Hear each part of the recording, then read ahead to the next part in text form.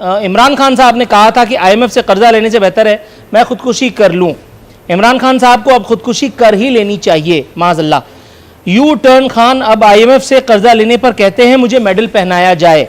आज चीनी 110 रुपए किलो और दाल की कीमत में 140% इजाफा हुआ है। आज कफन के कपड़े पर 17% टैक्स लगा दिया गया है। सर, गो के सुकून सिर्फ कब्र में है, लेकिन कब्र में भी अगर 17% टैक्स झेल करके जाना पड़े तो उससे बेहतर नहीं है कि मतलब कुछ और कर लिया जाए। असमत चुगताई के साथ जो कुछ हुआ था।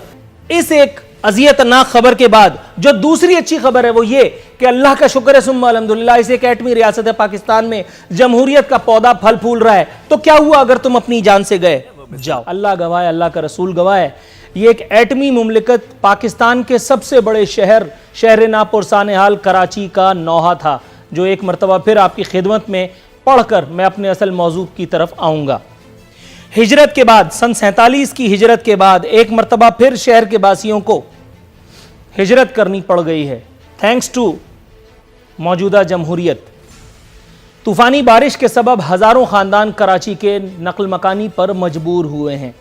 परेशान हाल ख़ानदानों को एक और हिजरत का सामना, जैसे कि मैंने कहा, करना पड़ा। इन मुतासरीन का शिकवा था, इनका शिकवा था कि इनको किसी ने पूछा तक नहीं। अब यह हैरत की बात है कि इन्हें यह गुमान क्यों कर हुआ कि इन्हें कोई पूछेगा, जिनके सिर्फ अंगूठे जमहूरियत के मुगन्नियों के काम आते हैं, और वो भी हर कुछ इलेक्शन में। वो जिंदा चलते फिरते अजसाम को क्यों कर पूछेंगे? ये खुशफहमी इन्हें क्यों लाक हुई, मुझे नहीं समझ में आ रहा। इन मुतासरीन का कहना था कि हमारे बच्चे 20 घंटे से भूखे हैं, कुछ खाया तक नहीं, रात हमने छतों पर गुजारी है।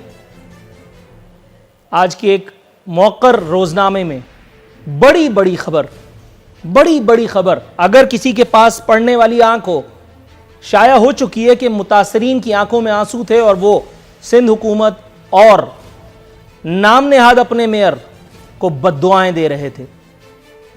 जाहिर है कि यह काम ऐसा तो नहीं कि जिस पर आदमी नफिल पढ़ करके और आपकी दराजी उम्र के लिए दुआ मांगे। अच्छी बात यह है कि जमहूरियत के शौकीन इन अवाम को, जो हर इलेक्शन में यूं भंगड़े डालते हुए वोट डालते हैं कि जैसे अब इनका मसीहा इनको इस तमाम अजियत से छुटकारा दिलाई देगा, जैसे अब इन्हें बेरोजगारी का सामना न करना पड़ेगा, जैसे अब इन्हें लोड शेडिंग की अजियत में मुब्तला नहीं रखा जाएगा, जैसे अब इन्हें यूटिलिटी स्टोर का मुंह नहीं दिखाया जाएगा, जैसे अब इन्हें पेट्रोल स्टेशन पर ख्वार नहीं किया जाएगा। लेकिन अच्छी बात यह है कि जमहूरियत के मुगनी आज भी महज फोटो सेशंस और हमदर्दाना बयानात पर इक्तफा कर रहे हैं। इस दौरान में एक जमहूरियत दुश्मन खबर, आप इसे कह लीजिए, यह भी मैंने घर में नहीं छापी, यह बता रही है सिंध हुकूमत ने डूबने वालों को लावारिस छोड़ दिया। गुजर नाले से 2 अफराद की लाशें अवाम ने खुद ढूंढी, तीसरी की तलाश जारी, तीसरी मिल गई अभी बताया गया। चलो, कम से कम कफन दफन की सहूलत तो नसीब होगी मरने वाले को, अल्लाह गरीक रहमत करे। एक और खबर मेरे पास है, वो बता रही है न्यू कराची में एम्बुलेंस न पहुंचने से शहरी इंतकाल कर गया। लेकिन इस एक अजियतनाक खबर के बाद जो दूसरी अच्छी खबर है वो ये कि अल्लाह का शुक्र है सुम्मा अल्हम्दुलिल्लाह, इस एक एटमी रियासत है पाकिस्तान में जमहूरियत का पौधा फल फूल रहा है। तो क्या हुआ अगर तुम अपनी जान से गए? जाओ। शाहिदा रहमानी साहब हमारे साथ हैं, नमाज पढ़नी है, राइट। अवाम को हकीकी रिलीफ की फराहमी का जहाँ तक सवाल है तो मेरा ख्याल है अवाम के मसीहा शौकत बसरा साहब हमारे साथ मौजूद हैं। शौकत बसरा साहब, प्रोग्राम में खुशामदीद कहते हैं, कैसे हैं आप? बहुत अल्लाह का करम है, लेकिन अभी तक तो सही था, प्रोग्राम शुरू हो गया है। दुआ करिए कि प्रोग्राम के बाद भी सही रहूं। अल्लाह मालिक है, अल्लाह ताला बड़ा मुसब्बबुल असबाब है, बड़ा कारसाज है। सर, कुछ नाक़िबत अंदेशों का, कुछ अक्ल के अंधों का ये कहना है कि चूंकि मुल्क के तमाम मसाइल हल हो गए, इसलिए आपने अब मुल्क के असल मसले, आपको कसम है अगर आप इधर उधर गए सर बड़ा मामला धड़म भरम हो जाएगा। मैं चाह रहा हूँ आप इस बयान पर ज़रा तबसरा दाग दें।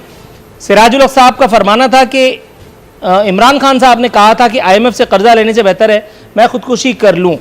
इमरान खान साहब को अब खुदकुशी कर ही लेनी चाहिए, माज़अल्लाह। यू टर्न खान अब IMF से कर्जा लेने पर कहते हैं मुझे मेडल पहनाया जाए। आज चीनी 110 रुपए किलो और दाल की कीमत में 140% इजाफा हुआ है।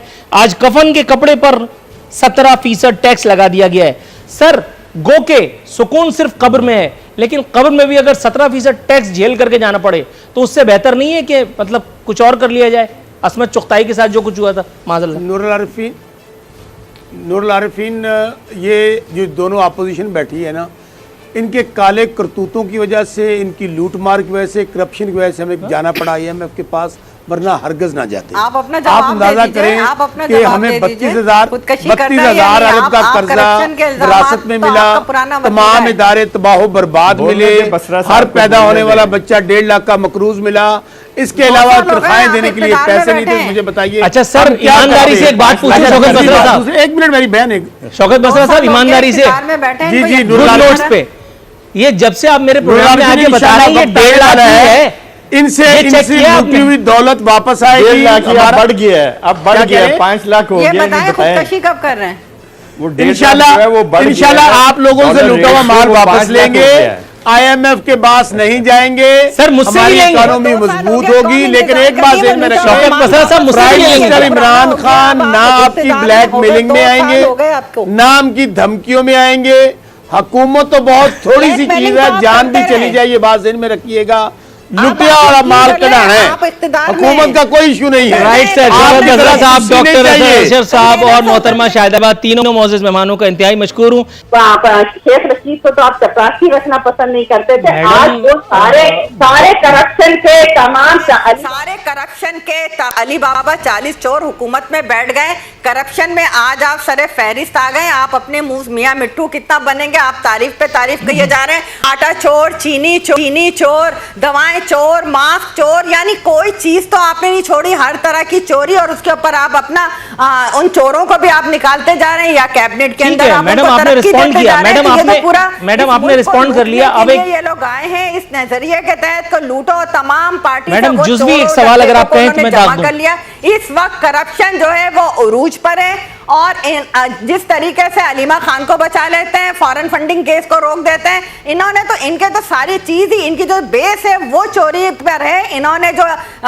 शौकत खाना हॉस्पिटल बनाया, फॉरेन फंडिंग ली, वो क्यों नहीं खोलते हैं? उन मैडम, केस पे अगर आप स्टे लेने मुझे- क्यों चले जाते हैं? अगर आप इनकी मुझे- कारकर्दगी देखनी है तो BRT देख लें, बिल्कुल इनकी ठीक है। कारकर्दगी देखनी है मालम जब्बा देख लें। ये क्या मैडम, बात अगर आप करते हैं? मुझे कुछ ये बोलने की इजाजत इन्होंने दें तो मैं किताब नहीं कुछ पढ़ी बोलूं। बीबी की रिकंसिलेशन। आप देखिए- बीबी की, मैंने आपके बीच में नहीं बात की है, अब आप जरा सब्र से सुने।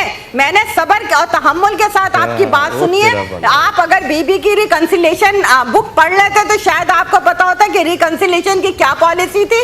और इसी तरीके से जब आपको याद होता है कि बेगम नुसरत भुट्टो साहिबा मादरे जमहूरियत मैं तो नहीं जब बोल रहा MRD की दरमियान तहरीक में, शुरू की तो मेरे पे वो किन गुस्सा लोगों कर के साथ गई। वो बैठकर उन्होंने उस सियासी तहरीक मैडम, का पहले आगाज तो किया ये था। मुझे बताइए आप तो गुस्सा किस पे तारीख को पढ़ लिया करें, शौकत बसरा साहब भी के खातिर कंफ्यूज है और मैं भी चले जाने इंतहाई से आपका कद ताबेदारी से नहीं आपकी होता। पूरी बात सुन गया। आप गुस्सा किस पे हैं? मैंने तो इंतहाई शराफत से आपकी पूरी बात सुनी है, नूरुल मैंने आरिफीन कुछ नहीं ये- बोला।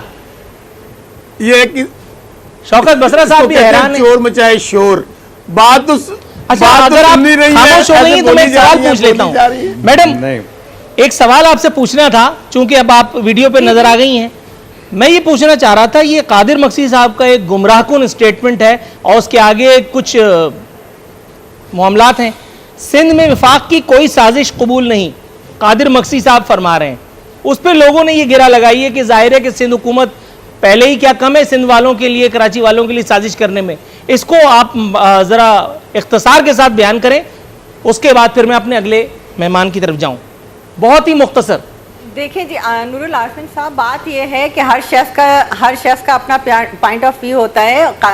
कादिर मक्सी ने जो भी बात की है वो उनका पॉइंट ऑफ व्यू है जिसने ये जुमला लगाया, लेकिन सिंध हुकूमत का अवलीन काम है कि वो सियासत को खिदमत समझ के कर रही है और अल्हम्दुलिल्लाह हम अपना काम कर रहे हैं। हमें वोटों से लोगों ने मुंतखब किया है, एक मुंतखब हुकूमत है और इंशाअल्लाह ताला ये 2008 से तसलसल के साथ लोगों का एतमाद है, हुकूमत बन रही है और हुकूमत काम भी कर रही है। यही वजह है कि लोग हमें दोबारा और दोबारा करते हैं। वो लोग जिनके अपने, मैंने कहा, जो यूनियन काउंसिल का इलेक्शन नहीं जीत सकते, अगर वो इस तरह की स्टेटमेंट देते हैं तो मेरी नज़र में उस स्टेटमेंट की कोई हैसियत कोई हैसियत नहीं है। Got you point.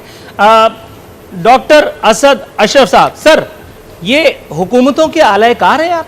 जी, मतलब सिराजुल हक साहब जैसे आदमी ने ये कह दिया कि बिल पेश करती है PTI और उस पर ठप्पा लगाते हैं आप और पीपल्स पार्टी। ये उनका कहना था, इसे मैंने अपने अल्फाज में बयान किया है। तसल्ली बख्श उसके लिए जो है वो रिव्यू के लिए मेरा ख्याल है आप इंट्रो को जहन में लाइए।